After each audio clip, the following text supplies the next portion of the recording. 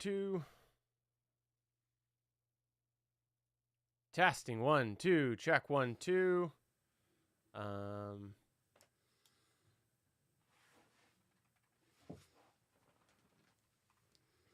All right, there we go.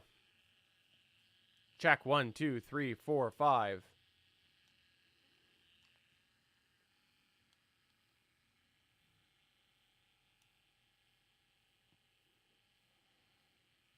Test. There might be multiple. Why am I hearing myself back? Oh, because I'm on Geeks.live. All right, or GonnaGeek.com. Okay, there we go. Check. 1 2 3 4 5. There's definitely a problem, but it's good enough to go with. My video is definitely still problematic, but I'm okay. Interesting. Yeah. No, I can definitely see my mouth is slightly off, which is weird.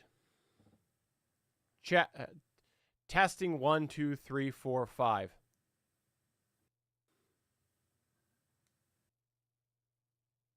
Oh well. Good enough. I'm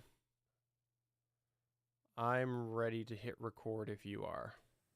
Sure. 3 2 1 record. Again. I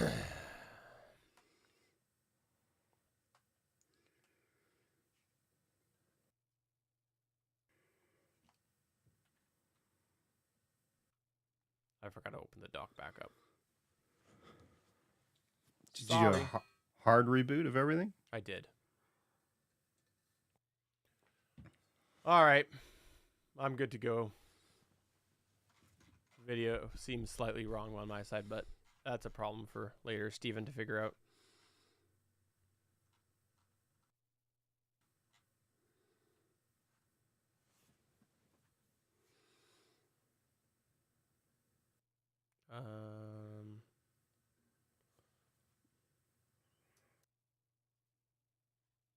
I'm just going to quickly actually go here and post.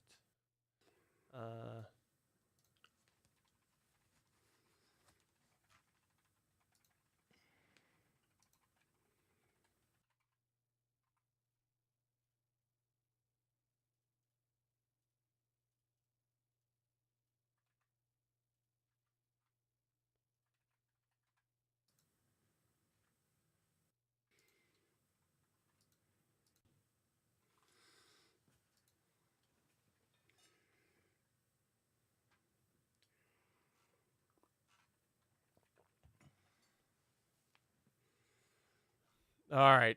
I am good. I just was making a post on the old YouTube. Ernesto was there, so I wanted to let Ernesto know we moved.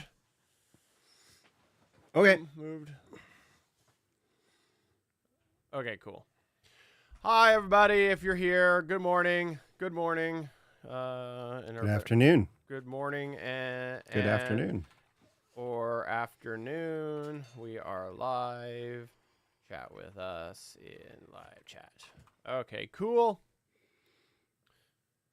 I'm good to go if you are. Yep, I'm good.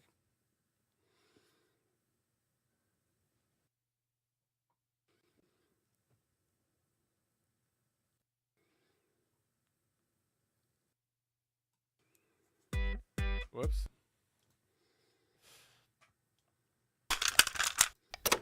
I'm Damien the DM from Adventures in Aurelia, a collaborative storytelling experience told through a game of Dungeons & Dragons, part of the Gonna Geek Network, just like the show you're checking out now. Shows on the network are individually owned, and opinions expressed may not reflect others. Find other epically geeky shows at GonnaGeekNetwork.com. Welcome to episode 309 of Better Podcasting. On this show, we discuss the Podcasting 2.0 movement and what it might matter to the hobby podcaster. In this week's Better Podnerings, topics include shorts weather lasting a little longer for YouTube, convertible microphones, and might I move forward by moving backward? And finally, in this week's Better Pod Back, we run down several responses we got to our social media discussion last week. Lauren, start the show now. This is Better Podcasting. We are hobby podcasters through and through, just like you. That's why we are different. We minimize the money talk so that you can focus on building a better podcast.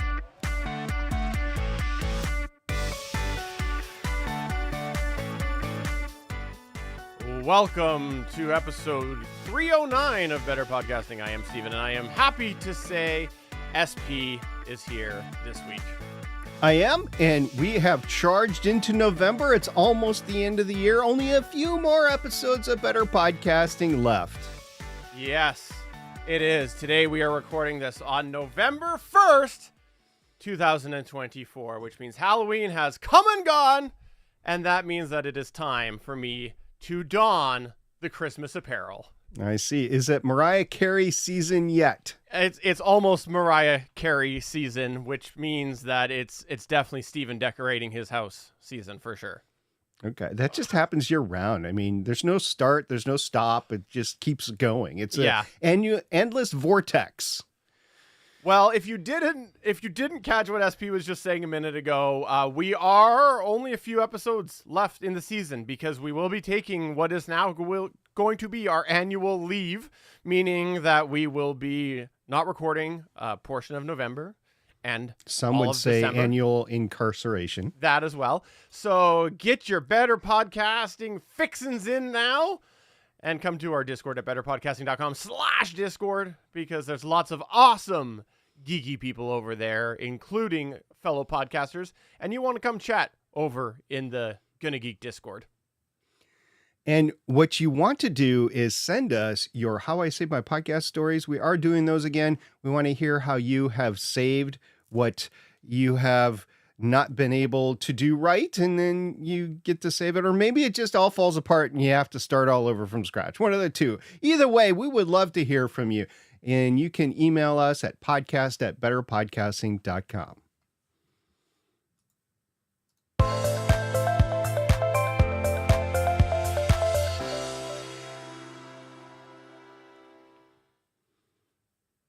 The non-centralized or distributed nature of podcasting makes it incredibly difficult to try to steer the entire industry at any one time. It's because of this that changes in the way podcasts are published and distributed hasn't seen a ton of changes since it was discovered in 2004. I think that's the politically correct term now. Discovered. Podcast was discovered in 2004. Now, when Apple was a bit larger part of the podcast consumption space, it decided to make some RSS updates unilaterally, such as in 2017 at the WWDC to include seasons, episode numbers, the type of episode, and changing the podcast categories. These were great and welcome, but the podcast industry and podcasters were not consulted. There were so many other improvements podcasters wanted to make, such as other destinations even, and other destinations wanted to make their own changes to the RSS episode tags. But in the end, it didn't matter because as long as some big players in the distribution and consumption side of the things adopted what was needed, then those changes move forward as is. And the race has been on ever since to update the infrastructure of podcasting, which centers around the RSS feed tags. Of note today is the Podcast Standards Project, who just recently met at Podcast Movement 2024 and announced work on the following tags: podcast, podroll, and podcast person. There was once high hopes for this group to advance things in the podcast space and including the RSS feeds, but it's been extremely slow and has suffered high turnover rate. Then there is the Podcasting 2.0 movement, and that's largely driven by Adam Curry and Dave Jones in a transparent, collaborative fashion that is ultimately a set of new features and standard to make podcasting better for everyone. Oh, it's also to monetize in a value for value model using a form of Bitcoin called Satoshi. So it's all monetization, right? Monetization driven. However, today we're not going to focus on cryptocurrency or value for value monetization, and we apologize if you came here for that, but we're hobbyists, not entrepreneurs and not businessmen. So that's out of our wheelhouse to discuss on Better Podcasting. But we will take a look at the Podcasting 2.0 namespace and take note of what the changes might be beneficial for hobby podcasters.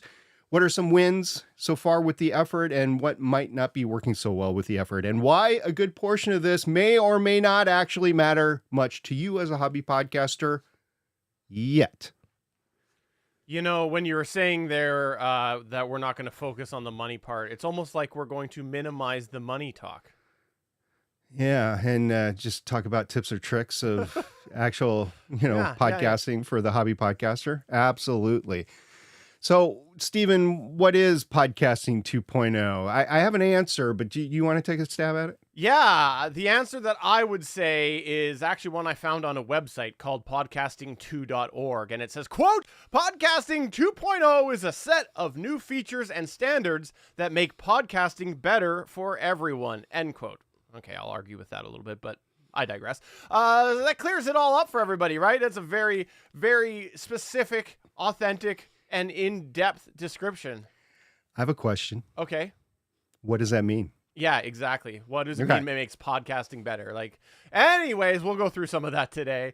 So over, if you look at the podcastindex.org website, there is linked there the website of Adam Curry and Dave Jones's Podcasting 2.0 show, and there's a reference that says, well, it doesn't actually say anything either. So as we explore further, we're finding ourselves more confused trying to find information. So we're now confused. What is Podcasting 2.0? Well, there has to be more. So if you dig in a little deeper and you go over to the Podcast Index namespace, which is a critical part of Podcasting 2.0, we will at least lay that breadcrumb for you there.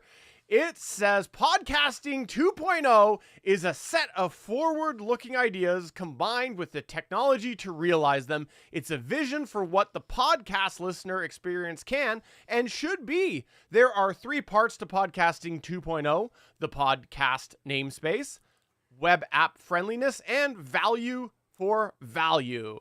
There is more information that we'll get into in a second on the GitHub, but let's just highlight right now, out of a couple different Podcasting 2.0 sites that are out there, it took us crawling into the weeds of the namespace GitHub to actually find some form of real explanation of what it actually could be in some form of high-level, meaningful capacity. That is alarming. All right. Well, let's get into those 3 parts of Podcasting 2.0 that the Podcast Index GitHub had. So the GitHub describes the namespace and 10 new features. It also describes the sections for Be Web App Friendly and Value for Value. We won't be discussing either of them today, but suffice it to say, Web App Friendly refers to your RSS feed not serving up, quote, mixed content, unquote, and that your podcast is served over HTTPS with a valid certificate. Also, the correct CORS, that's the acronym, CORS, policies must be enabled on your domain and that your podcast content is served from. Both are very techy and deserve a more in-depth explanation. However, for the purposes of our hobby podcasting 2.0 discussion today, we'll let that be our end of our coverage at this point on those 2 parts of Podcasting 2.0 and move on to the more important discussion for most hobbyists. Now, as far as the value for value, it is a way for your audience that they can support you with cryptocurrency. We do think this bears a note that this could be relevant to hobby podcasters that wish to try to monetize in this way. However, it is very complex for both the podcaster and the podcasting listener at this time. And for most hobbyists, it would start with choosing a podcast media host that supports the podcast value namespace tag in your RSS. This is why we included it in our list of 33 criteria that we used earlier this year to evaluate a podcast media host service, but there is so much more to it. And if you are interested, we would encourage you to check out the 3 websites we just referenced for more information. So aside from value for value, what are the benefits of the Podcasting 2.0 project for hobbyists?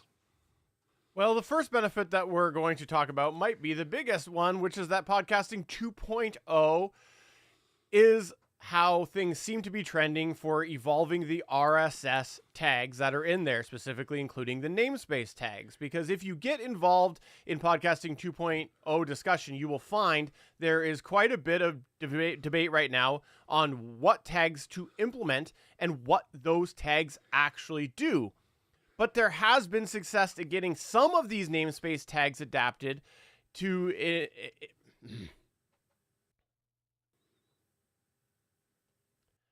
But there has been some success in getting some of those namespace tags adopted to date, so we will give some community credit there.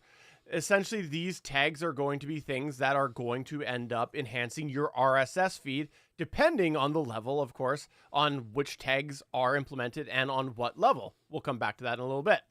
When you hear about the namespace list, you'll probably start to put together some of these benefits, or at least imply some potential benefits from the descriptions we're about to give to you. So let's go over the 10 listed namespace tag features via the Podcasting 2.0 GitHub posts that are out there. And the first one is the one that has had some of the biggest buzz right now, and it is transcripts. It's probably the singular most successful piece of the Podcasting 2.0 movement to date. The transcripts tag means you can deliver a text transcript along with your episode to make your content more accessible to those with hearing challenges or for those learning your language. Another tag that was described was funding. This points listeners back to a donation or membership page of yours that they can click on to join or donate money to your show. Chapters is another hotly contested tag. Basically, MP3 files have had the ability to embed chapters for many years, but now you can create a chapters file that gets delivered along with your episode to allow rich content like images, embedded web pages, titles, and silent markers.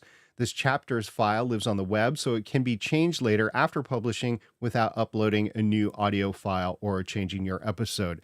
Stephen, I think it's important to note at this point in time that none of these beyond transcripts have actually been implemented universally across the entire space. So we're talking about the Podcasting 2.0 movement wanting to enact these tags into the RSS. The next tag is sound bites. Specific short bits of your episode to serve as an intro or as a teaser for your show. Persons is the next tag. You can give multiple bios in your episode that have short about descriptions of the people on that episode, like hosts, guests, etc. Did you interview someone cool? Point to their headshot image and link to their Wikipedia page or their blog. It makes searching for people within podcasts easy and enjoyable, or so the website has stated. The next tag is location. Is your podcast about a specific place? Take its location right in the episode or podcast feed to let people know. It makes your show more discoverable on the web. At this point, Stephen, I want to take a little break, specifically with the location tag. Is this where the episode was recorded? Are you talking about a specific place? Are you trying to reference an audience in a specific location? Say, Stephen, you are a fan of a NFL team. We will leave that team nameless right now. You live in Canada. There is currently no NFL team in Canada. So if you did a podcast on that NFL team, probably be nice for you to tag the location that NFL team is either playing in or is calls home base, right? That would be a way to use. So there's a lot of variability in what that location tag would be. And this goes to the point that these tags need further development before they're actually implemented. Okay, so there's more, Stephen. You ready for more? I am. Okay. Name seasons. Seasons have been around for a while, but now you can name them. This way you can avoid the hassle of trying to cram everything into your show title.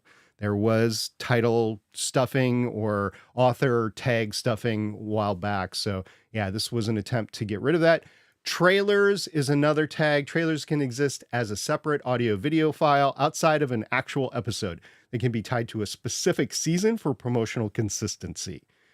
License.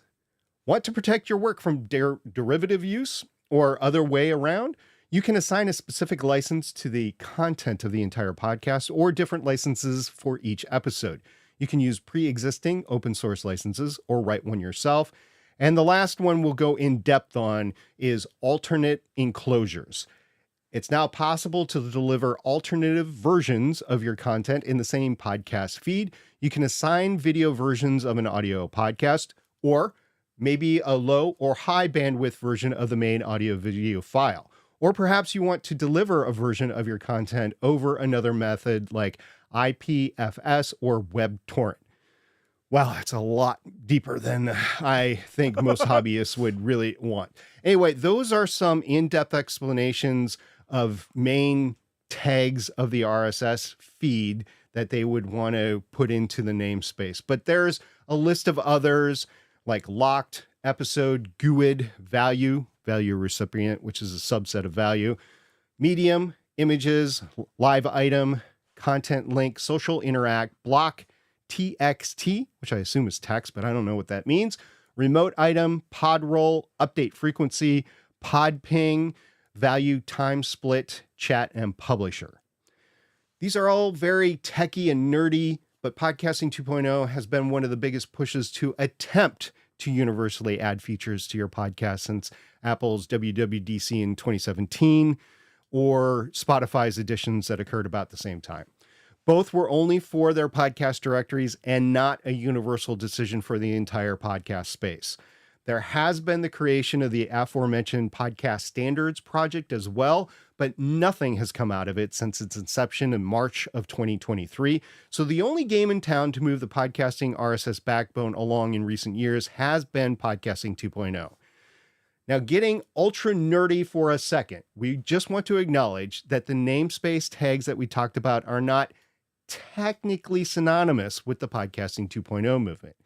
But given that Podcasting 2.0 is being a key driver behind elevating these tags, and that these tags are a big part of the Podcasting 2.0 project, we are going to treat them as such for the purposes of our discussion today. Now, essentially, the Podcasting 2.0 tag's biggest takeaway for hobby podcasters is that if it takes off, it's going to allow you to expand what information is being distributed as a universal standard through your podcast's RSS feed. Stephen, why does this matter? Well, a good example that we'd like to reference about why all of these tags and the potential of eventually implementing expanded tags as a standard is to look back at the Google Play Music podcast implementation. And you're saying to yourself, what, Google Play Music? Don't you mean Google Podcast, Stephen? No, I'm not actually talking about Google Podcast. I'm talking about the precursor to Google Podcast, which was podcasting on Google Play Music. Well, back when that was implemented by Google, Google tried to add various different tags to the standard that they would then read. There were a couple decent additions that they added in as unique Google Play tags through the RSS feed, but in the end, a lot of podcasts didn't end up supporting these tags because the portion that was being of people's listenership that was being downloaded through Google Play Podcasts was low compared to other places, so there wasn't a lot of pickup on these tags. So in the end, the juice wasn't worth the squeeze for different companies to develop support for these tags, for podcasters to put the effort into filling in these tags, and eventually Google Play Podcasts mostly just was handing out, or at least was for a lot of podcasts, handing out the standard RSS tags and not the expanded ones that were potentially available through Google Play Podcasts. So this is something that happens if you don't get uptake on trying to add new tags. So if the podcasting tags are expanded through the Podcasting 2.0 movement, and there is widespread adoption, we'll come back to that, it does increase the potential reach that these tags will have, meaning that they do become worthwhile to be supported and for hobby podcasters to fill out so that this information that we just outlined can be distributed through a supported way, through a supported tag, not just sort of ad hoc like people are putting all these information into their show descriptions now. No, there might be actual tags to put the information for the place. No, there might be Oh, it's that button. Okay. It's the Steven Requeue button that's screwing up our bullets. Okay. So I got to figure out what shortcut that is. That's the one there. Steven Requeue button. Sorry about that. No problem. No, there might actually be this information distributed through a proper place to put it, and thus the juice does become worth the squeeze for the hobby podcaster to fill these out.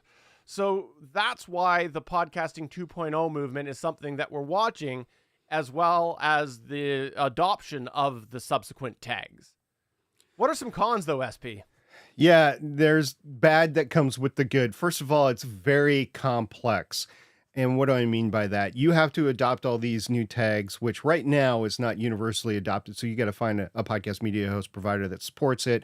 And then if you want to take full advantage of, say, the value for value, you got to set it up with some sort of a wallet, and there's cryptocurrency involved and everything. And it's just not easy. There's no one button to push. You actually have to go in and set things up. There are people, especially at the podcast media host providers, that support this, that will help you, but you have to get their help in order to make sure everything is working great. Also, there is a perception out there that this is just, it's those cryptocurrency boys over there that are trying to push this because they love Bitcoin. There's probably some point to that, but there's also a point that they're making that the technology is there to support value for value in a streaming fashion, meaning you can get a Satoshi, which is like a penny on a dollar. It's Satoshi to a Bitcoin. You can get a Satoshi for a certain time period that has been streamed by somebody. So then you have to have a player that supports it as well, getting back to the complexity. As you can see, it's all very intricate and it's difficult to keep up with. And you actually have to actively keep up with it if you want to do that. Another thing is it works in the face of the advertising industry, because that is how they make money, is everybody takes a cut of the ads that are being purchased along the podcast. And if you fund via value for value through podcasting 2.0, then you subvert that ad industry. So the entire podcast space is not supportive of it because everybody else wants to be like radio and make money the old fashioned way through advertisements. And also, there's no authoritative body to approve or disapprove this stuff. There's just companies that have services that say they're going to support it or not. So it has to be driven by community momentum, not necessarily by one authoritative body. And that's the distributed nature of podcasting to begin with, which we all love because it allows us to get our podcasts out. But the con to all this is that there's no authoritative body to say, this is what it's going to be, and you go ahead and do it. There's not even an ability to actually poll everybody and do an election and see if you want to do yay or nay on this. It's just too massive of an industry that is separated. So, yeah, Steven, as I said before, you're really at the mercy of your media host, right? Yeah, absolutely. And this is one of the potential biggest cons there, because we did an entire season dedicating to reviewing the media hosts from the hobby podcaster perspective. And yes, as we mentioned earlier, we did include podcasting 2.0 there as something that we were considering as more of a nice to have, and not really a feature that was going to put a lot of weight into our overall rating for that particular media host. And this is because we think in the year 2024, there are so many other features that hobby podcasters really need to consider before they really consider the podcasting 2.0 support as of right now. But as we went through anyways, it turned out that there wasn't a lot of podcasting 2.0 support throughout the different media hosts anyways, but it was something we were looking into. For us, this means that it's reasonable for us to assume that you're probably choosing your media host for other reasons outside of the podcasting 2.0 support. You have a list of things that you find are important for you. And if you choose a media host based off of those, you're really at their mercy for whether or not they are going to choose to then implement the podcasting 2.0 standard. And if so, which tags. So this is something that you really need to consider, that your media host is probably best you choose it for your own personal criteria. And the podcasting 2.0 will be something that is a nice to have. And Therefore, you are really just sitting back and waiting to see what they end up adopting. Yeah, and there's an argument to be made that the movement in itself excludes a certain set of podcasters, including the hobby podcaster. To explain a little bit more in depth, let's back up to the list of features that we talked about that the Podcasting 2.0 movement wants to implement. These list of features were created by people who thought they were the top needed features by the industry. But does everybody really need them? For example, funding. Sound bites and chapters. Those are three of the tags, right? Make the assumption that everyone has time to generate these things. Some podcasters may not. They just want to grip it and rip it and post it. What happens if these tags take off and you're an outlier by not having them? You may get forced out the door of the podcast space if you don't adapt to the need, but that will depend on if these tags are adopted by the listener base itself. So it's not a for sure thing. It's an if thing. It's like my concern about the podcast industry that the distribution hubs like Apple Podcasts and Spotify will close off and make you pay to get a part of it. Hasn't happened yet. There's no talk of it happening. So we don't know about the adoption of these tags either. And Stephen, you have a specific concern. I just throw this out here in the realm of this discussion here is I take a little issue with the name Podcasting 2.0, just considering sort of how it came to be. The history of the movement was just started by a couple of names in the industry. And I think there's a little implied arrogance by the name saying 2.0, this is the new evolution of podcasting. It's not like, the podcasting standards upgrade or something like that, right? Like it's a 2.0 is a very definitive thing, and I think that the name itself implies a little arrogance because somebody came up with it and just a couple of people came up with it. But that's just a little side part that I wanted to throw in here. Yeah. So at the moment, there's really little reason for you to prioritize Podcasting 2.0 in the production of your hobby podcast. But if you kind of need to look at it in the future, you need to keep your ear to the ground in case things change rapidly to where it becomes a must-have feature, which we experienced recently with transcripts. Thankfully, Apple and Spotify implemented their own versions of the transcript. So as they were adopted, there was somebody else that was putting forth the work via AI to do it. So that is win, lose, 50-50, whatever you might want to call it with the adoption of the transcription tag. It's no extra work to you if you don't want to do it. Okay, so that's closing off our cons, but there's other food for thought when we're talking about Podcasting 2.0 and hobby podcasters. So does the movement behind Podcasting 2.0 carry the clout to have meaningful impact? Interesting. It's all well and good for some podcasters to have a desire to better podcasting through additional tags, but the question is, does that group carry the weight to make a meaningful difference, or does change come elsewhere in modern podcasting? The names, as Stephen said before, behind Podcasting 2.0 definitely carry a place of notoriety as far as the podcast history goes. But what would happen if you polled a sample set of people listening to a mainstream podcast? Would they even know who those names are? How about polling a sample set of new podcasters? Would they know? I don't think so. We experienced this years ago when we were talking about Hall of Fame, the Academy of Podcasts, whatever they call themselves these days. And we distributed a list on several different places, one of which was Our Podcasting, said, hey, here you go, here's it. And most of the comments that I got on Our Podcasting, if I remember correctly, was, who are these people? Why is Rogan not one of the names? Why are the bigger podcasters not part of this? Why are they not part of the Podcasting Hall of Fame? Well, it's because the podcast industry knew the names from when podcasting started or was discovered. Remember, that's a politically correct term, in 2004. But not necessarily 10, 15 years later, people didn't know who they were.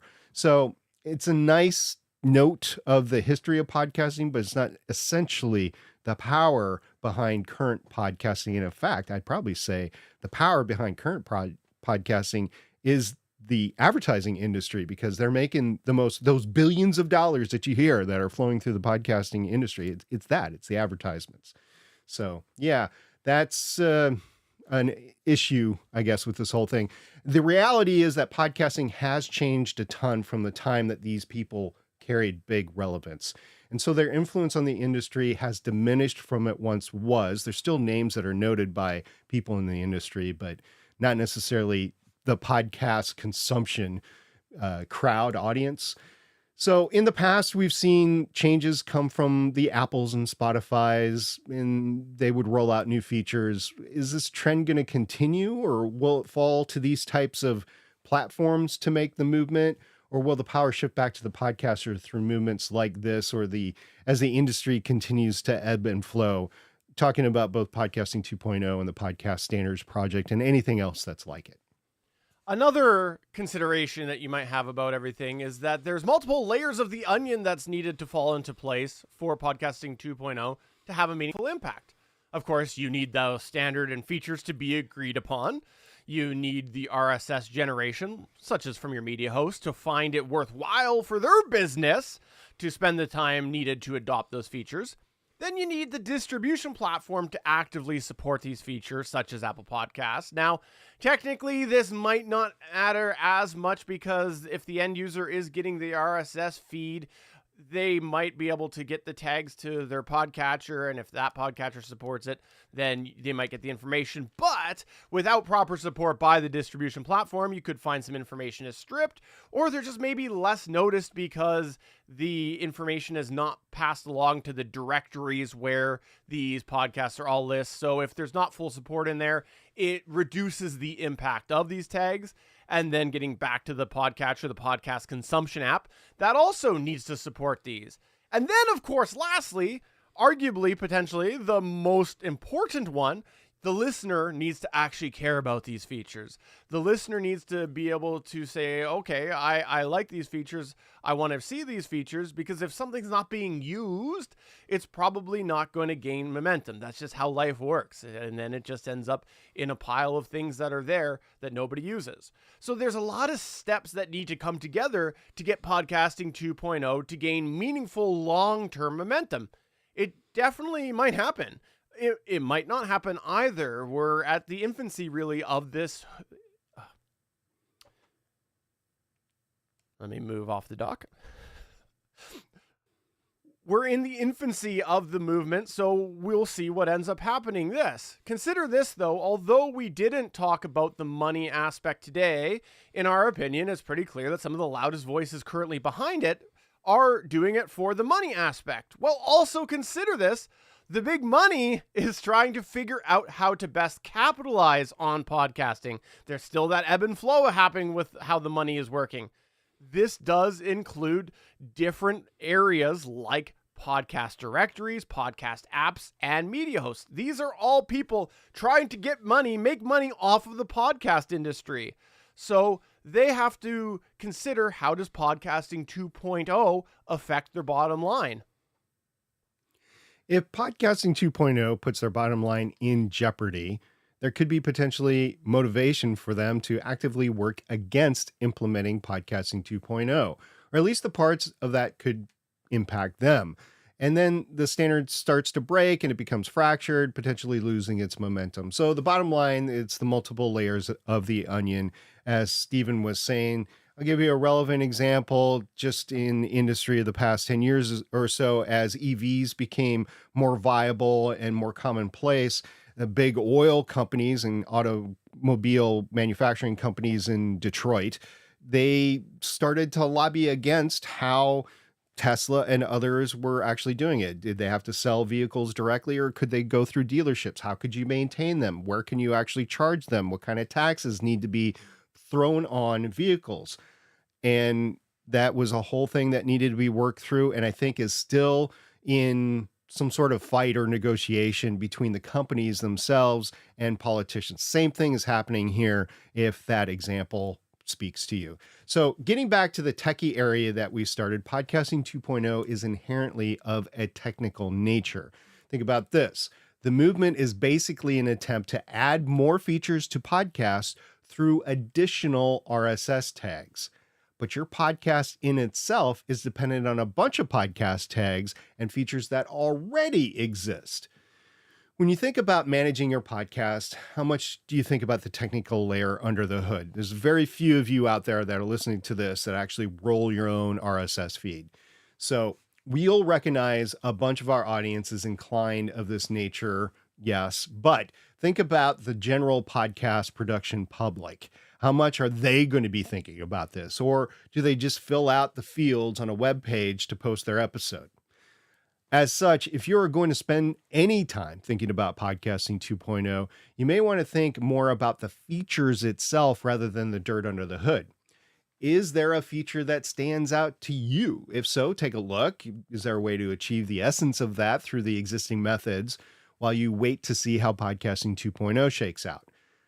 For example, some podcast apps support chapter markers simply through timestamps. Sure, it doesn't support changing an episode logo while you transition to the different chapter, but at least they are audio markers of where the chapter starts and stops because the next one starts. So that's the example there. Finally, we'd also mention that we think it's important to consider the Kool-Aid factor. Yeah, are you drinking it? Mm-hmm. Stephen, you like the punch, or do you like the orange, or what do you like? What I like to do is just open a whole bunch of packs of them and mix them all together. Oh, the suicide. Yeah. Okay. So if you're listening to this show, you clearly like thinking about podcasting on some level. As such, we think there's a chance you follow other industry news or listen to other industry discussion podcasts. There is a long-standing history of industry voices quickly touting potential new podcasting features as the next best thing to sliced bread. Right away, you got to do it. There is also a history of some of these features fading away or losing its momentum entirely. We're still in a state of not knowing how it'll shake out for Podcasting 2.0. So we'd encourage you to at least be aware of the Kool-Aid factor here. Some people have ulterior motives for trying to get you to drink the Kool-Aid. And as a hobby podcasters, those reasons might not be in line for how you do your show. We're not saying don't pay attention to it. I am, for instance, but if you find yourself eating, breathing, and living the Podcasting 2.0 discussion, you may want to take it as an opportunity to step back, take a breath, and do a little podcasting self-check. As a hobby podcaster, there are already so many things that you have to worry about, and you shouldn't let something so technical in nature like Podcasting 2.0 consume a bunch of that mind space. Yes, there are absolutely things that you may want to follow. And heck, depending on how strongly you feel about it, you may even have some efforts or actions you want to take to help contribute to support the effort. But you should definitely self-reflect and make sure you're not just getting caught up in that hype, and that might be out there for whatever movement, in this case, Podcasting 2.0. In summary, Podcasting 2.0 is an attempt to allow advancement in the RSS standard that hasn't been seen as a universal movement in the last 7 years. At least one of the improvements so far has been beneficial to hobby podcasters with the addition of the transcripts tag and how that has evolved into the space. But as with any movement, consider the motivation behind the changes. It might not matter, but it just might when you consider the cons as well. So keep your ears peeled, or put them down to the ground, whichever you prefer, and keep an eye out for what's going on with modernizing the RSS feed. That's the big takeaway from all of this here. You want to forget about the name Podcasting 2.0? You want to forget about the term namespace? Just remember, it's an attempt to try to modernize the RSS feed, and you might want to pay a little bit of attention to what's going on with it. It might change the way that you produce your show for better or for worse, or it might end up going the way of past attempted movements in the space and fade into oblivion. It's really too early to know for sure, so time will tell. Should we fade into oblivion into the better podderings? As long as there's something beyond the oblivion, sure.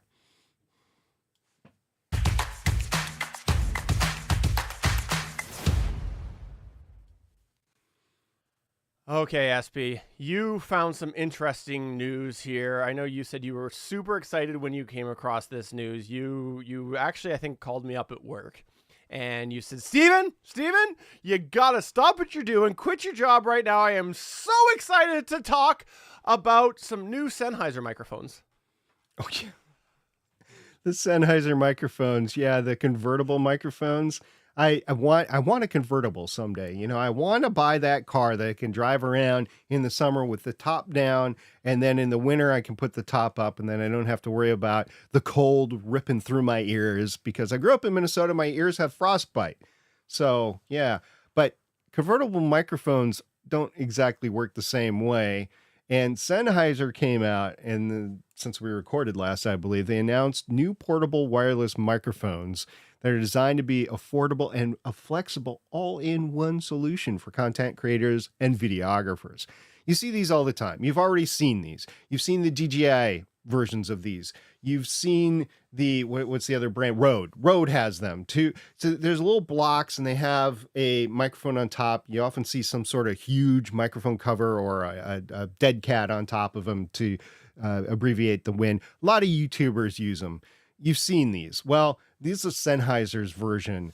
And I'll tell you, Stephen, for a podcast, if you're going to podcast, if podcast is your primary distribution method, an audio podcast, not talking about the video guys over on YouTube. If you want to do that, that's, another thing. I have a word on that though. But if you are going to do you need a studio microphone. All these little lavaliers or wireless portable microphones, whatever. Yeah, they'll work in a pinch, but don't produce your whole show that way.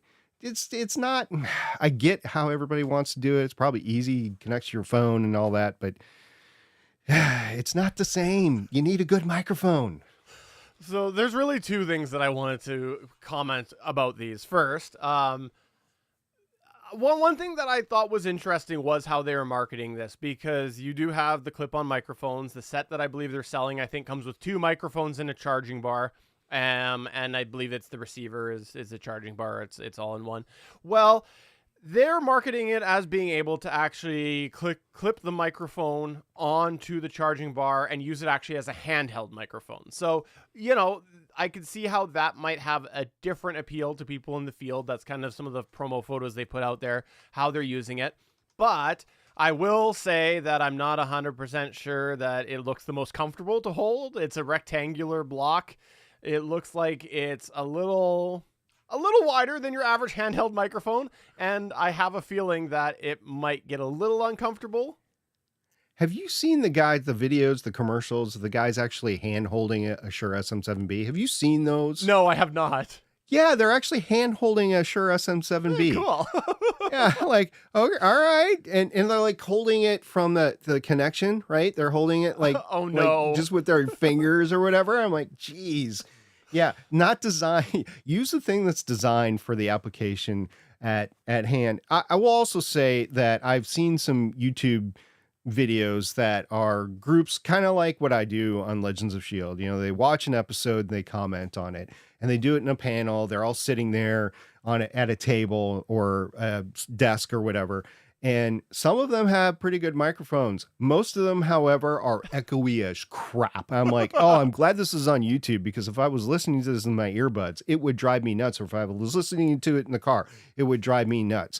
So there is a difference. I want to point this out. There is a difference between doing a YouTube video that is a podcast. I'm not going to deny it's not called a podcast. There is a difference between that being your primary distribution method and an actual audio podcast being your primary distribution method. The other part that I want to throw out here is that, quite frankly, I'm not going to even try to predict how things will be received anymore in the podcasting and content creation space. I don't, quite frankly, understand, well, not all things, but for stuff like this, it's hard for me to make any predictions. I don't get it. The whole lavalier thing you alluded to a minute ago, people making videos with a little lav mic, either holding it in front of them or taking their earbuds and holding them in front of them or shoving it on a pencil. I don't get it. I've had arguments with people online about this. They're like, well, look how much ingenuity they're using on that. Like, I go, yeah, but how much did they spend on that? And they could have just got the proper handheld microphone. So I don't get it. I don't understand it. So clearly I'm an old fuddy-duddy now that can't predict how trends will pick up. And maybe this has a huge fit for a niche somewhere that I just don't see. I think it's the way because most people that are using this are using it in conjunction with their mobile device. So they create the content right there. And because of that, the traditional microphones don't really work. Again, an audio version of the output is not their primary distribution matter. It's an Instagram reel. It's a YouTube short. It's a TikTok. It is a full YouTube video. It is not an audio podcast, right? And that's okay. It's okay. We've said this all along. It's okay. If that's what you want to do, it's okay. If you want to call your video show a podcast, that's okay, because that's what the public is doing. But for our purposes of better podcasting, we're going to continue to prioritize the audio podcast as the higher form in our prioritization, not necessarily higher form overall. But because of that, an actual studio microphone is your best bet. I will say, for a guest, like if you connect to somebody over StreamYard, Riverside, if you do the VDO Ninja like we do on our shows now, and I can say that because I do it on Legends of S.H.I.E.L.D. and Nerdy's Attic now. If you can connect to their web browser of a guest and they have one of these, it'll be a lot better sound than just going through the actual mobile device itself. So there is that. However, I still worry about the echo coming back, because you'd have to have headphones in too. And I don't know how the two interact. I guess we'll see. And maybe in the future, you and I will be eating crow podcasting exclusively from these. No. You had a piece of information on YouTube Shorts, but before you actually run that down, a little tease, I wanted to update about a change that I am exploring making. Now, we're talking about the audio versus video. And so I would like you to appeal to our audio listeners right now, SP, and tell them what you observe over my left shoulder right now. Your left shoulder. I'm observing a Zoom.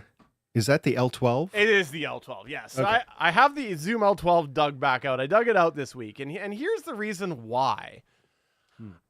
I have recapped on here how there has been Rodecaster Pro 1 problems that seem to be increasing.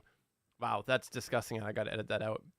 I just spit and you totally could hear it in my mouth. That's awful. Yeah, that was gross. That was Sorry. Good. That was a little OnlyFans moment right there.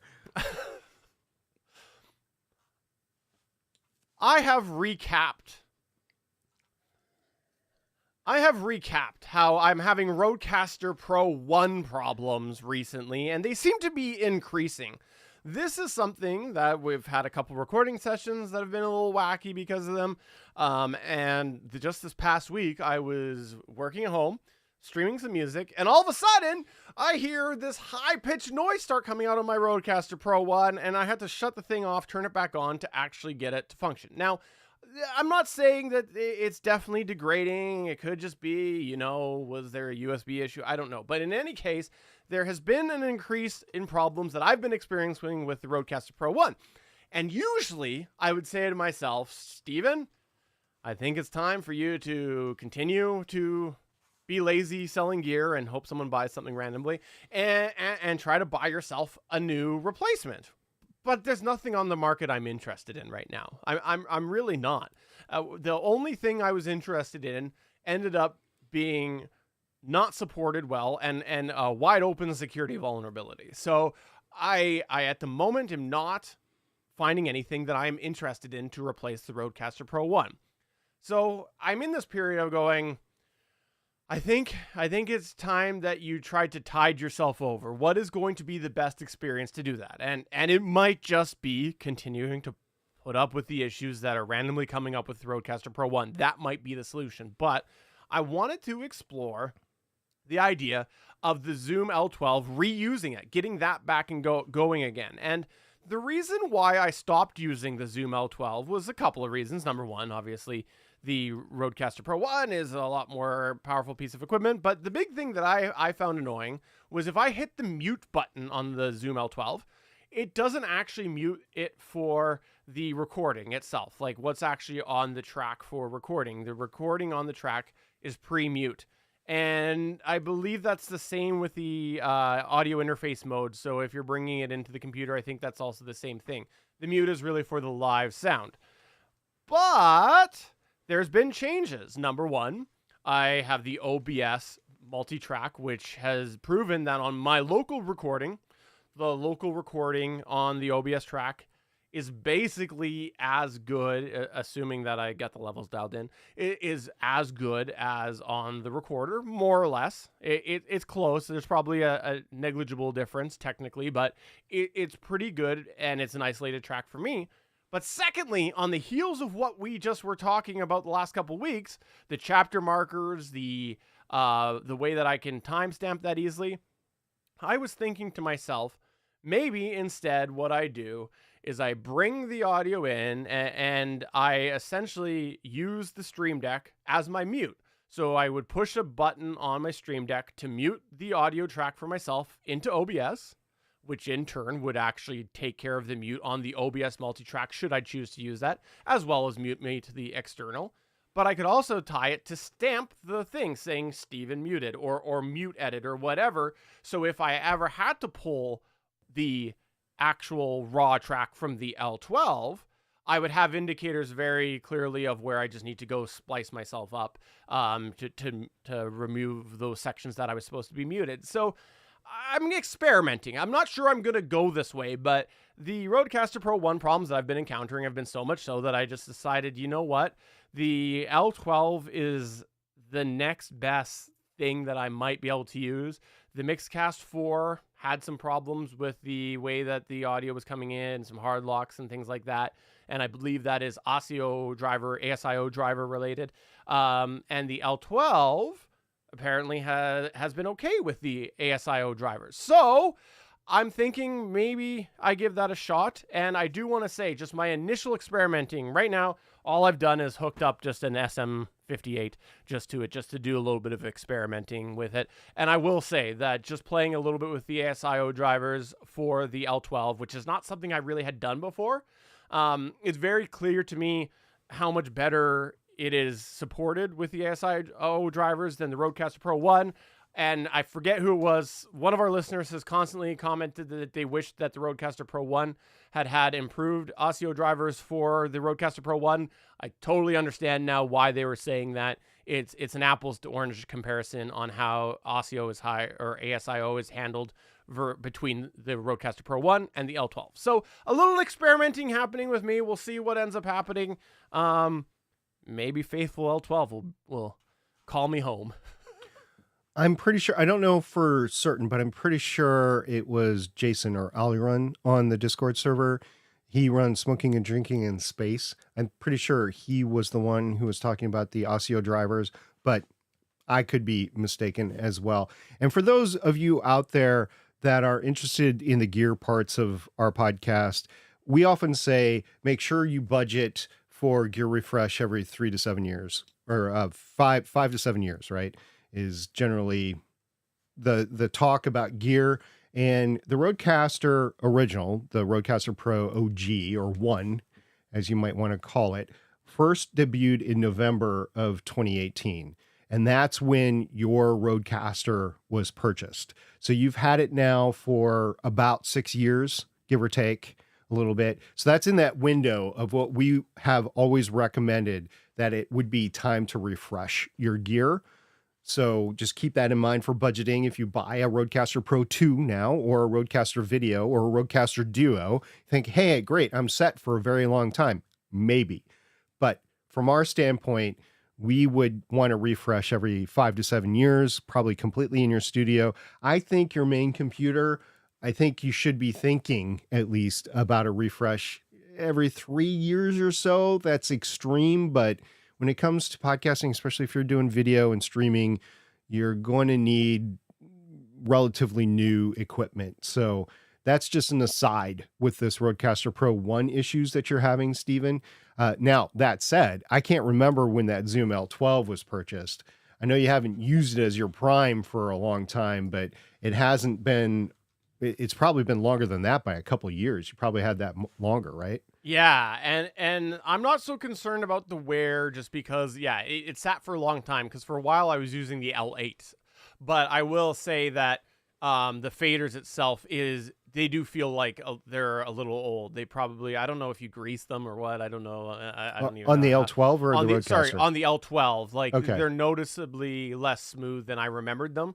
Maybe that's a me thing. Maybe I'm not remembering them right after using the Rodecaster Pro 1, which has pretty smooth faders, but they definitely feel a little rougher. So Yeah, I'm pretty sure you got that in the fall of 2017. So you've had that for 2 years longer, making it more of a 7-year issue now versus the 5-year. But in either case, we've both been wanting a next generation of mixer recorder, and because neither of us feel 1,000% sure about anything on the market right now. I've had issues with my Rodecaster Pro 2. You've had issues with your Rodecaster. You tried the DLZ Creator. What was the small one? DLZ Creator XS, and had the vulnerability issue surface. Plus, DLZ was purchased by Mackie, so you're not sure about the long-term support. So yeah, there's nothing out there right now where you can say, yeah, let's go for it. Even the L12 that you're using right now, it doesn't have all the bells and whistles that those mixer recorders, like the Mixcast that you also have, has. So yeah, I'm glad you mentioned that, because that was the second part that I didn't mention is, of course, if I do this, I will end up having to find the right plugin chain to basically do all of the processing post effects. Like I could do a little bit through OBS for the live to make it sound a little bit better and you know whatnot, but in the end, my workflow would slightly change, that I would just do all of the processing in post production as opposed to doing some on the board like I could do with the Rodecaster Pro 1 now. Okay.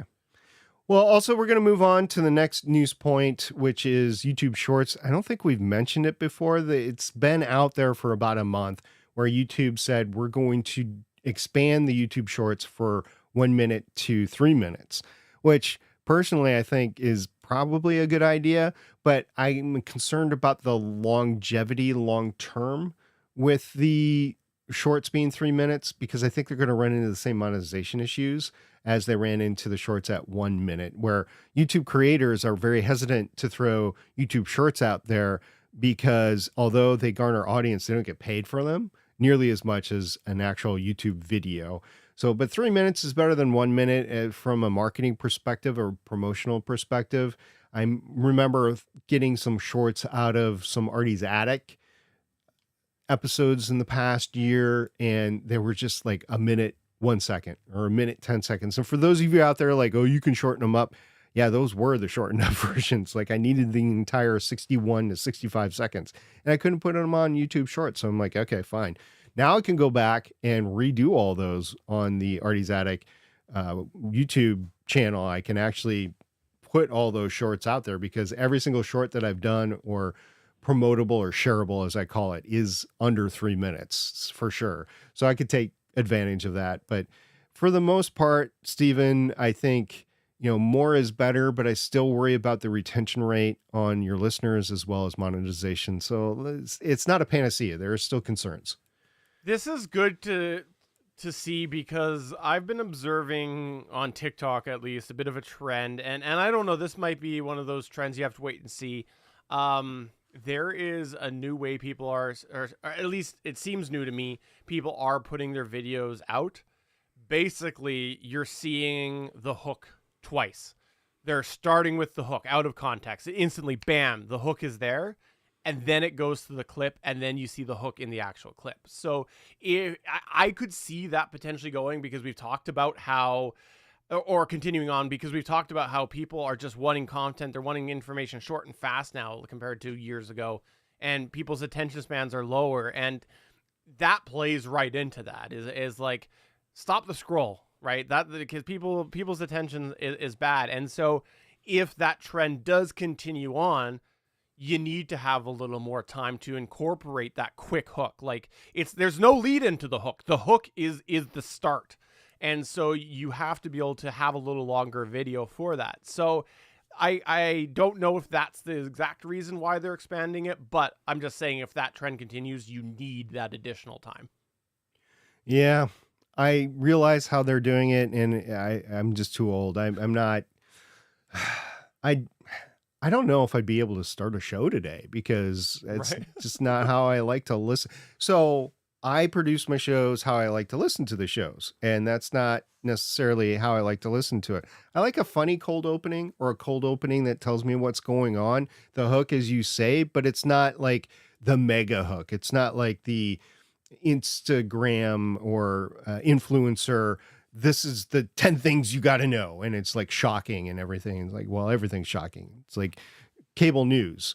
Everything's, breaking news. No, not everything's breaking news. Get rid of it. So for an older guy, I just, not for me, but I recognize that there's a whole section of the population that is way younger than me and wants to consume their content differently. So yeah, I'll bend for that. Just not for me. Too old. Hey, breaking news. We got Better Pod back. This is where we here at Better Podcasting turn the show over to you as we run through some of your feedback. We call this segment Better Pod Back. Well, we had some ongoings in our Discord server, mostly in the Better Podcasting channel that we'll talk about here. And the first one is from Waffles. Full disclosure, he's a co-host of mine over on Legends of S.H.I.E.L.D. And he came out and said, won't say it straight out, but I will. Our podcasts is garbage. Like, oh, okay. What's going on here? He said, I'm not getting, I get not letting me recommend my own show, but I can't recommend anything on Gonna Geek. I can't recommend anything where a host of that show has been a guest on mine. I'm assuming that I couldn't recommend anything that I've been a guest on. I could even understand it if they wouldn't let me start my own thread, but they've popped me for replies where my recommendation was perfectly in line for what the OP was asking for. DC Dave. So that's DC Dave. No, that's the next comment. Okay, I see. I could even understand if they wouldn't let me start my own thread, but they popped me for replies where my recommendation was perfectly in line for what the OP was asking for. Yeah, Stephen, this is a little gripe of mine from the r/podcasting subreddit, which is separate from the r podcasts subreddit. The r podcast subreddit, they've got millions of users in there, and it's mostly for listeners. But the mods of that subreddit have made it impossible for anybody who's actually a podcaster to recommend a show that is, as Waffles was pointing out, very relevant to the discussion. And I have actually stopped going in there. I can't go in there anymore because I feel like I'm muzzled and muted for no reason whatsoever. I'm trying to be respectful for how they want to run things. I get it. They don't want actual podcasting talk in there. But if you're not letting me recommend my show that is being talked about, like the subject matter is being talked about, then you're not being fair to podcasters as podcast listeners, because we're the biggest group out there that is actually listening to podcasts. It's actually podcasters, right? So yeah. And DC Dave goes on and he said, yet another reason why I don't want to talk about the cesspool that is Reddit. A lot of people think Reddit in its whole is cesspool. We tried not to make our podcasting a cesspool. And Yakko said, isn't r/podcasting supposed to be for creators? It's been a while since I've been in there. And Damien, who is also a mod over on our podcasting, said podcasts versus podcasting. SP and I are both mods on the podcasting subreddit, and we try to keep it creator focused without being a promo dump outside of the sticky threads. DC Dave replied with, I walk back a little of my comment from earlier. At least part of it isn't a cesspool. Thank you.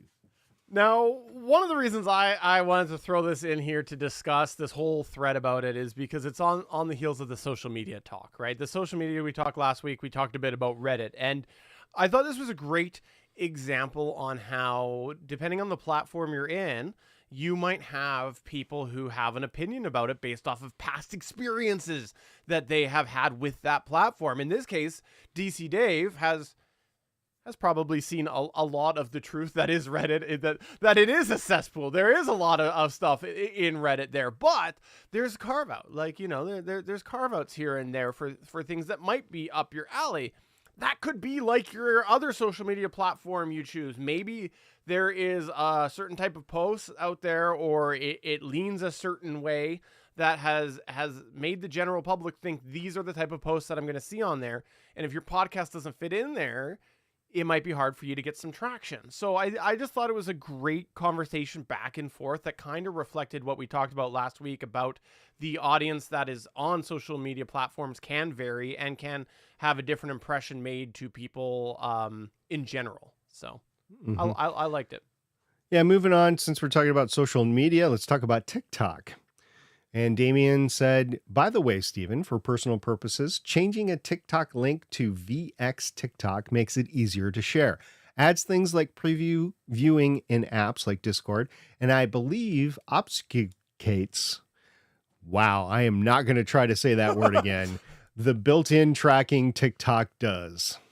I had not heard about this, but this was on the heels of us talking about the problems that come with trying to share TikTok videos off of the platform. This is something that I might have to take a look at, but I guess you got to manually change it, which is, I guess, a simple fix, but I don't know. It's something that I'm not familiar with. So thank you very much, Damien, for enlightening me about that.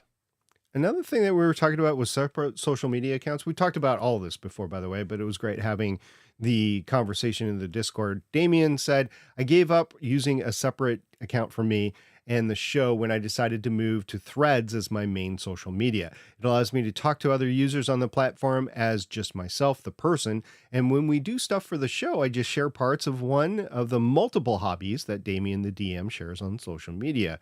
And Original Waffles came back and he said, I gave up when I realized that they were basically the same thing, but that's also the joys of being the only regular on the show. And the last thing we wanted to mention here is actually another piece of comment or another piece of obfuscates. Thank you.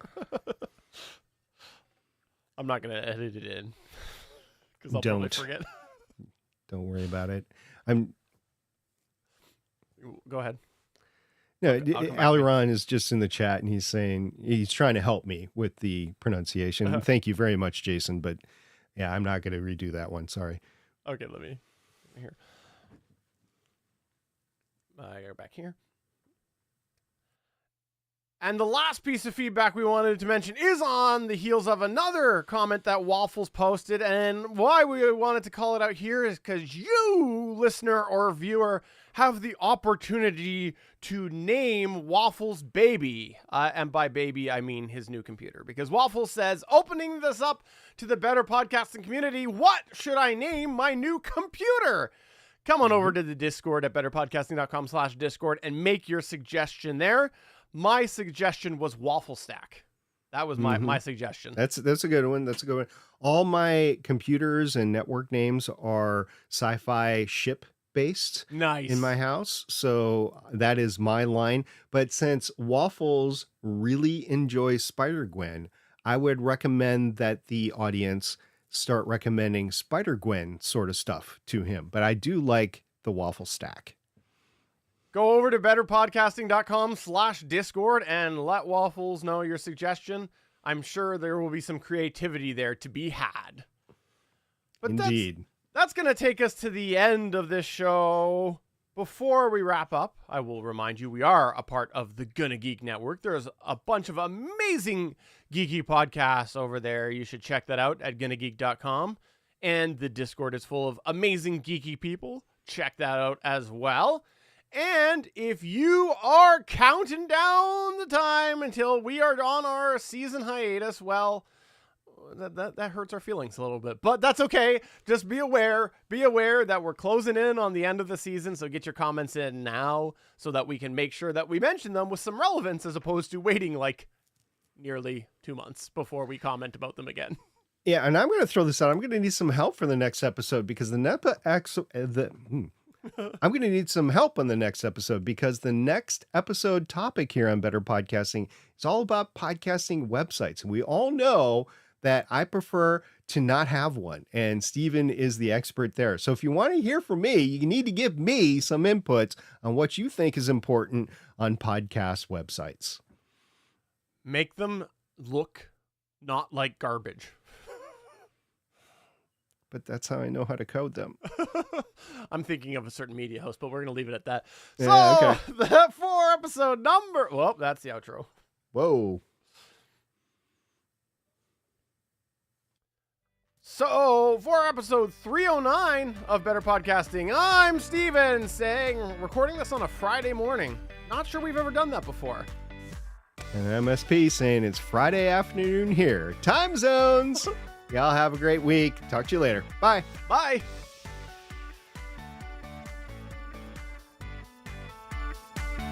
Thanks for checking out another episode of Better Podcasting. You can find the full back catalog of Better Podcasting at betterpodcasting.com. If you're into geeky podcasts, please check out the other podcasts on the Gonna Geek Network at gonnageeknetwork.com. This show was produced and edited by Stephen Jondrew. Voice work was done by L.W. Salinas. Thanks again for listening or watching, and we hope to see you again next week. I'll just say it. It drives me nuts the various ways that people pronounce that Alaron. It's, I don't know. Reese's Pieces. Okay. So I that's not exactly how I would pronounce it, but it's not how I hear the one that drives me nuts. So say that again. Well, I said Reese's Pieces, and I know that Reese's is incorrect. So I'll go with that. I would say Reese's Pieces, because Reese and then Reese's. But the one that just drives me up the wall is Reese's Pieces. Oh yeah. It's like no. I don't think it's pronounced Pieces, but maybe it is. Maybe I'm wrong. I get it, Jason. That he's saying it correctly. Reese's Pieces. I get it. But I you didn't say Reese's Pieces, which is the one that's just like I did not. I did not. Although I could see that being being there. Yeah, Reese's Pieces. Yeah. Like I can see where people make the Reese's Pieces, right? Like you said, right? I can see how it rolls off the tongue that way. But the Pieces, I'm just like, there's no Pieces. Anyways, stupid thing that inside Steven's brain. So, thanks, Alaron, for watching. I'm not sure if anybody else did. I didn't see any other feedback, but I think some people said they might try to watch this on a break. So, thank you for watching if you've watched this. Sorry if we lost you when we had the whole beginning setup issue. I just don't know what was causing the camera issue, and rebooting had to fix that. Yeah. I did remember today, though, to shut off my Rodecaster Pro 1 before we started and reboot it. So I did think about that. I'm thinking, actually, I still got that buried. I was thinking of putting it on a smart switch and just powering it off at night. Because I usually... Well, I don't have it on a smart switch, but the power strip that I've always used, the analog power strip with the lighted, switches and stuff. Yeah, it's still on one from when I had the Mackie on there. So when I'm done using it, I completely shut it off. And the reason I do that is to protect it against surges and spikes, because unfortunately we get those where I live. And even though it's on a UPS with a surge protection on it, I don't want to take any chances. So I literally cut the power to it. Does that mean that power would not jump the terminals inside the switch? Yeah, it could. I've seen it happen before, but it takes a lot of power to do that. So if that happens, I have a whole heck of a lot more issues in the entire house than just that mixer. So at least this will prevent it from the little the intermediate surges and stuff. I'm pretty sure I've lost gear over the years to that. So I try to shut off as much as possible. I haven't done that for a very long time, because when I did the whole desk change and I said, no, I'm getting rid of the gear, I pulled out the manual switches. One of the things, though, that I have to leave the Rodecaster going is because I don't know why this is, but for some reason when it gets shut off, the monitors start to buzz. Oh, I shut those off too. So that's what I was just about to say, is I would put I would just basically put if it wasn't a dual outlet smart switch, I would just put it on a like a splitter, like just a whatever, and then shut the speakers off at the same time. So I think I'll probably start to do that, and just, I don't know. We'll see what happens. The L12, I'm not super concerned about the age because of the wear. If the workflow can work for me, because I'd have to go back and look, but it was so long that I was using the L8. And the reason I didn't do the L8, by the way, because I thought about it, and the L8 I think would have most of the features I wanted, but the L8 only has one phantom power for all the mic channels. The L12 has 1 through 4 with because it's a physical button, so it has 1 through 4 of on that red button for the 48 volt, and then 5 through 8 on that one. So I want to have, of course, if I've got any phantom power going out, I want to make sure that I've got some available without it, since, you know, so if I wanted to hook up a random microphone. So because I am using the Dynamite for this, it would need the 48 volt. So that's why I decided the L12 would be the one, because I could have channels 1 through 4 applied, phantom power, and then if I needed something without, I'd have the other ones. So we'll see. I almost took the P8 to Indianapolis with me last weekend. Oh, yeah? I didn't. I ended up taking the P8 or P4? I have a P8. Oh, okay.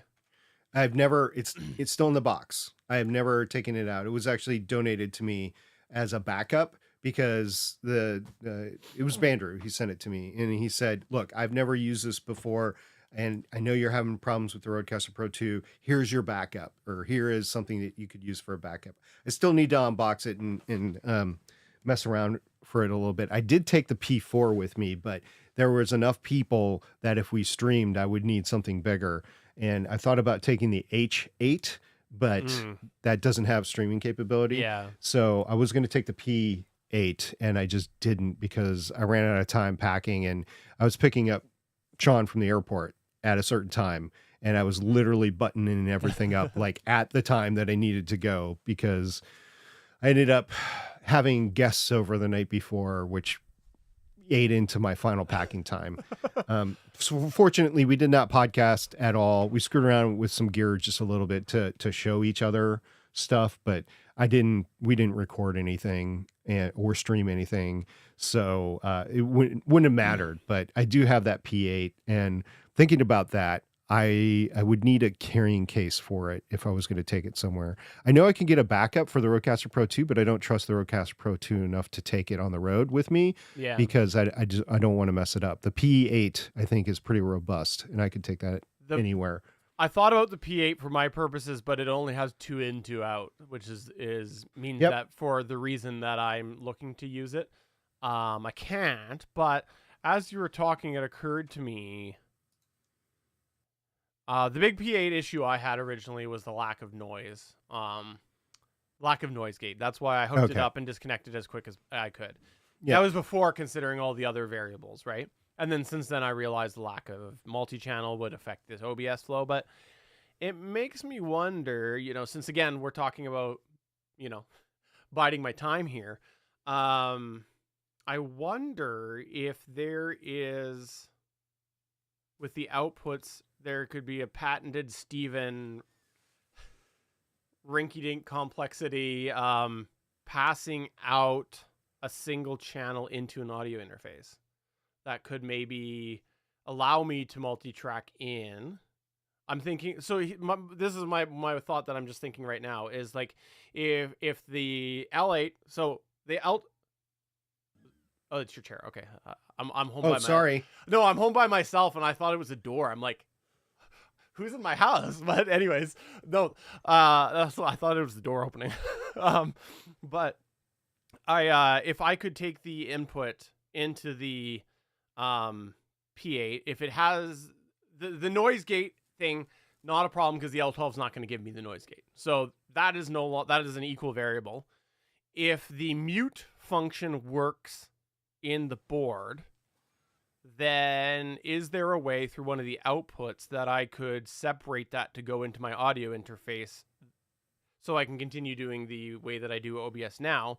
So I would end up using one of the headphone jacks maybe or something if I can assign just that out. I don't know. I don't think that I don't know that the P8 has that much routing capabilities, but No, that's one good thing I will say about the Rodecaster Pro 2 is you can change the audio routing to just about anything for any of the outputs. There's 3 of the USB out. So you get USB 1, USB 2, and then a chat, which you could set for 1 or 2. So that's a modification of 1 or 2. So that's 3 outputs there. And then the 4 headphones out is you can vary those. And they are all quarter inch. That's what I was trying to say. 6.5 millimeter, I think, or a quarter inch. So you could conceivably use professional jacks to go into another interface or a recorder or something that way. It would be analog, but you could do that. And then also there's a Bluetooth out that you could do a mix minus on, or, select how it goes out. So there's various different things that you could do with the Rodecaster Pro 2 on the mix minus that's inherent on the board. That's one good thing about it. It makes it complex as hell though. right. So if you've never done an analog mix minus before, you might not understand what it's doing. I might dig the P8 just to see what features are in there. Just to make sure that I've totally discounted it. I think that I'd be making it more complex than needed. I don't know that it would add. I don't know that there'd be a benefit to using it other than the mute thing over the L12. So the benefit of taking the P8 with me would have been, and that was, in my opinion, of the gear I have, that is the right choice. Yeah. Would have been, I could get everybody on their own headphones. Nice. So they could all, dial in their headphones to whatever level that they wanted. I think that's the benefit of the P8 on the road. The P4 would also work, and there was just 4 of us. But if, say, we wanted to interview like a voice actor or one of the producers or something like that, say we worked that in advance and we got time to go do it, whatever, we would need an extra channel or 2, which the P4 doesn't give you. And if you wanted to stream that to back up the recording, the P4 wouldn't be able to do that anyway, because the 4th channel becomes the channel back in from the device. So if you're if I was connected to you as a producer on the other end, we wouldn't be able to hear you if we had 4 people recording and streaming. So that, as a matter of fact, I don't think you could stream out without that 4th channel dedicated to it. Maybe you can. Maybe I'm thinking incorrectly, but I just think the P4 has its limitations, Right. and I think it's only, if you take it on the road, it's only a 3-person recorder and not necessarily a 4-person recorder. Now the P8 is much larger, so the P4 is definitely more mobile. The Rodecaster Pro 2 is huge.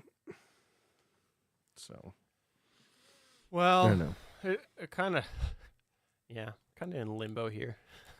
I know, for a year, because Rode put their video out. I don't think Tascam, they revised all their smaller gear, so though I think Tascam will do a Mixcast Pro 2 or whatever. I think that has to be in the works for them. But other than that, I don't know anybody else that would be interested in entering into the space. No, and I don't know, I could look at something like the Essentials line of Zoom, but I don't really want to. I got other gear that I should be able to make work in some capacity to hold me over. I don't really want to buy that just because, right? So right. At some point, we'll have to refresh all that. yeah. At some point, it won't work right anymore. The plastic will all degrade on it or something. Yeah. But anyways, Alaron, you now have somebody to keep your misery company. There you go. About the Rodecaster Pro 1. Yeah, I think I've heard a podcast from them come out after he had that issue, so I think they've recorded using his Rodecaster, but I know he hates it. He hates the support of it, and he I don't think he's interested in spending any money on buying something else, so I think he's going to ride it until it finally craps out. Yeah, I'm not seeing anything here about individual. I'll have to look more, but on the pod track, I'm not seeing anything about individual mixes. Which is, again, something that's super, super nice about the L12. But that stupid mute thing, how hard would it be for them to have done a firmware update to fix that? Anyways. Zoom? Yeah. Yeah, they don't do firmware updates. No, It's but not- they did do. They've done a few since I the know. initial, and one of them was relatively recent compared to when it was released. Oh, okay. And that was fixing the problem with the way that for a long time it was pulling in the stereo mix as Yes. channels 1 and 2. Yeah. and they eventually did fix that. Yeah, where it was 13-14 versus 1 and 2 or something like that. Yeah. No, it was 1 and 2 instead of 13-14, and Yeah. it needed to be 13-14. Yeah. Anyways, maybe I'll dig it out and just see. But anyways, thanks everybody for coming on by. We hope you had yourself a fun time, and we're about to shut down the stream. We will continue to let you know when we record next. It continues to be dicey. Bye.